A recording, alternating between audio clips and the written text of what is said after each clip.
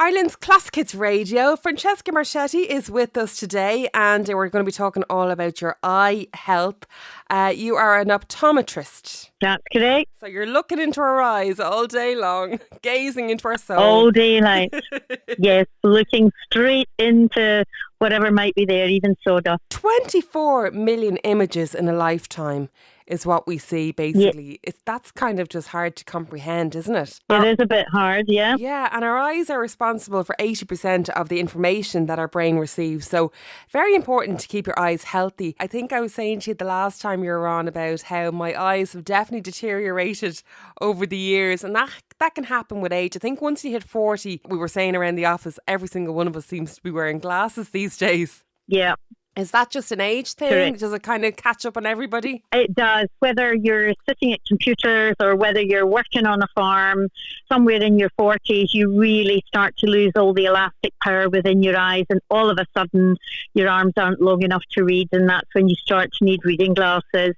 That's when you start getting out your phone and putting on the torch to read a menu in a restaurant. Correct. Yeah, we've all been there, and we try and deny it for as long as we possibly can. Do we do more damage actually by living in denial that we don't need the glasses? No, I don't think you do yourself any damage, but it's very tiring and very fatiguing for the eyes. So that can put a lot of visual stress. It can lead to headaches and make you a bit grumpy, make you a little bit more wrinkly around the eyes because you're doing a lot more frowning. Yeah. But it won't physically do the eyes any damage per se. Because you probably hear people saying this, Francesca, I should never have gotten the glasses to begin with because since I've gotten them, my eyes have gotten worse and they weren't that bad in the first place. Do you ever hear people say that? Oh, all the time. All the time. But the thing is, if you hadn't had the glasses, the condition would have still got worse.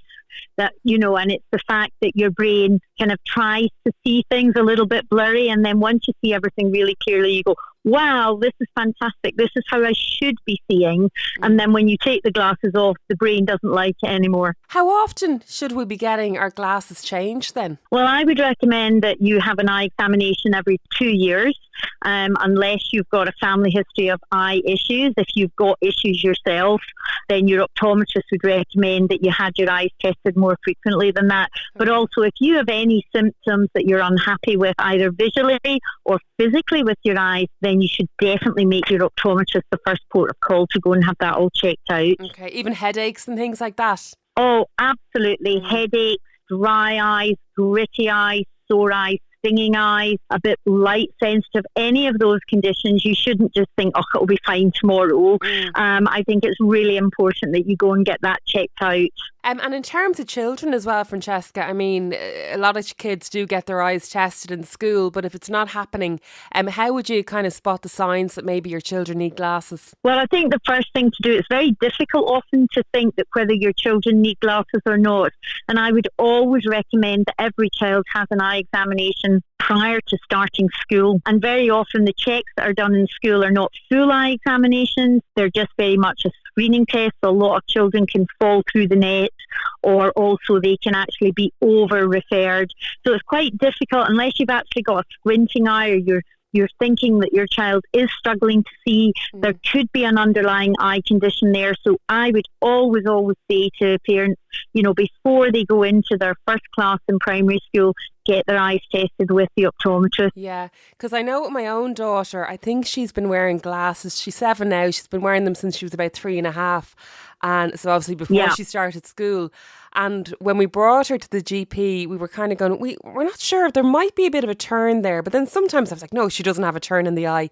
Anyway, was referred and they were saying, we're really glad that you brought her in at this age because the younger you get this, the better. You can do the patching, you can try and treat it rather than leave it. Because isn't it after the age of 8 or around that time, you kind of can't do much for it once they reach a certain age? Yeah, certainly with squints and lazy eyes, it's very important that that's picked up at a very early age during what's called the plastic period of vision, where everything is actually developing.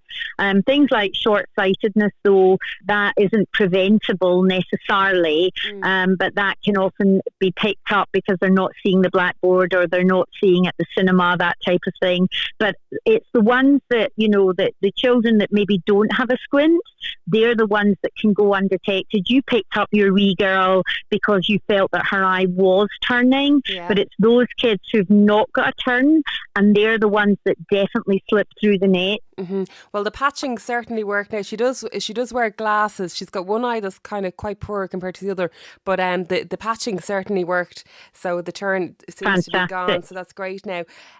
Just you mentioned there about dry eyes, and this is a condition. I just hear so many people talking about this and looking to get the sprays and everything. So what causes your eyes to be dry? And there's different types of sprays, because some are for irritated and some are there's different things written on the packets. Well, dry eye is just much, much more prevalent now, and some of that is to do with our lifestyles, really. We're all spending a lot more time on the computer. We're all spending a lot more time on lots of digital devices, whether that's your phone, your iPad, your television, and all of those sorts of things really dry your eyes out, because when you're concentrating, you're not blinking regularly, so your eyes tend to dry out. But if you've got underlying conditions that you've already got a baseline dry eye, it makes those situations worse. Those kind of feelings of dryness will either be dryness, grittiness, soreness, tiredness, itchiness, and actually your vision can go quite blurry. But there's lots of medications that people are on now, and one of the side effects can be dry eye. And we also know that 1 in 9 women over the age of 51 suffer from dry eye, and we feel that's all related to hormone levels and menopause and perimenopause and postmenopause and all that kind of thing. Yeah. But dry eye, some people suffer from aqueous deficient dry eye. Some people suffer from evaporative dry eye, but the majority of people, it's actually a combination of both. And what about if your eyes get quite bloodshot from time to time? Would that be a part of that too? Very much so. That is usually a symptom of dry eye, because it's a kind of trauma reaction. And it's really important when you're using any form of drops that you maybe look at being proactive rather than reactive. So if you know you're going to be in a situation where you're likely to feel your eyes very uncomfortable, or they're red or they're sore, rather than wait till they get to that stage and put your dry eye drops in, it's important that you're ahead of the game, and you actually think, my eyes are going to get dry, they're going to get red in this situation, I'm going to put my drops in prior to actually the task that I'm doing. Okay. So a little bit like suntan lotion, you don't lie on the beach all day and wait till you burn and put your lotion on. You put it on from the get-go. Okay. And is there, how many times a day, or is there a maximum amount you should be using the drops or anything like that? No, I think that's the big thing, because you read the bottles and it'll say use 2 to 3 times a day, etc., etc. You cannot overdose with your eye drops. And if you need them 20 times a day, you use them 20 times a day. Yeah. If you need them 3 or 4 times a day, you use them 3 or 4 times a day. The only indication would be if you're using other eye drops for eye conditions. What you don't want to do is dilute those drops. So if you're taking glaucoma drops, you don't want to use your lubricating drops within 10 minutes of your glaucoma drops. Otherwise, you'll dilute your glaucoma drops.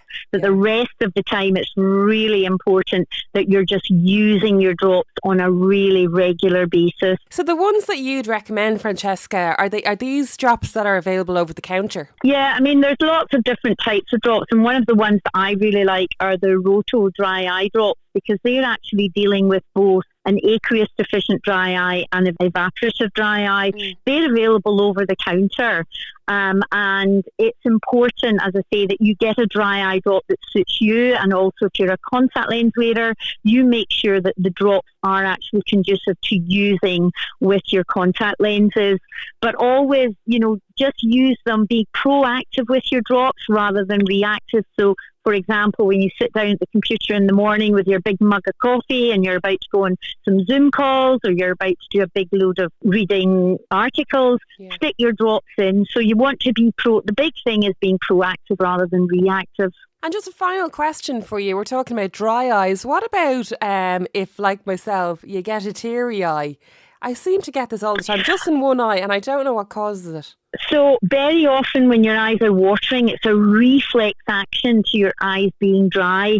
So if the front surface of the eye dries out a wee bit, it sends a signal back to the brain to say, I'm a bit dry, send some more fluid. And then it sends too much fluid and the eye waters.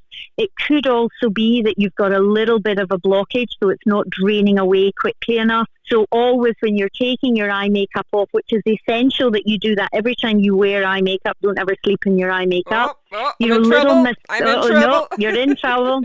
Little massaging motions to actually take away all your eye makeup. Just spend an extra 30 seconds taking your eye makeup off, really massaging those eyelids, especially along the eyelid margin, and that way you're massaging all your glands to make sure that it keeps everything nice and clear and you're not having any blockages. Actually, do you see problems with all the young ones coming in? You know, the way they wear the makeup quite heavy now and the fake eyelashes and everything. Are they causing problems? Yeah, and certainly with lash extensions, that's a real big issue because they're attached to the base of the eyelid margin. The eyelashes, it very often affects the way that the good oils and fats are coming out of the tear glands, and they get blockages with that. So it's really important to look at, you know, as optometrists, rather than say, no, you shouldn't have them. No, but everybody wants them. Yeah. But also we need to make sure that the eyelash health is in really good condition before the lash extensions go on.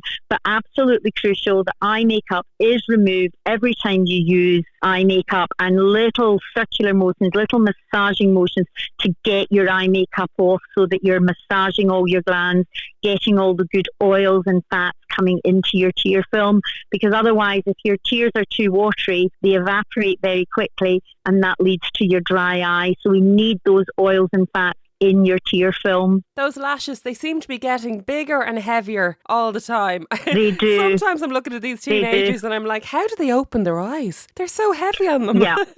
Just be very careful when people have that done. Francesca Marchetti there, she's an optometrist and keeping us up to date on your eye health. Thank you so much. Thank you. Have a great day. You too. Bye-bye. It's Ireland's Classic Hits Radio.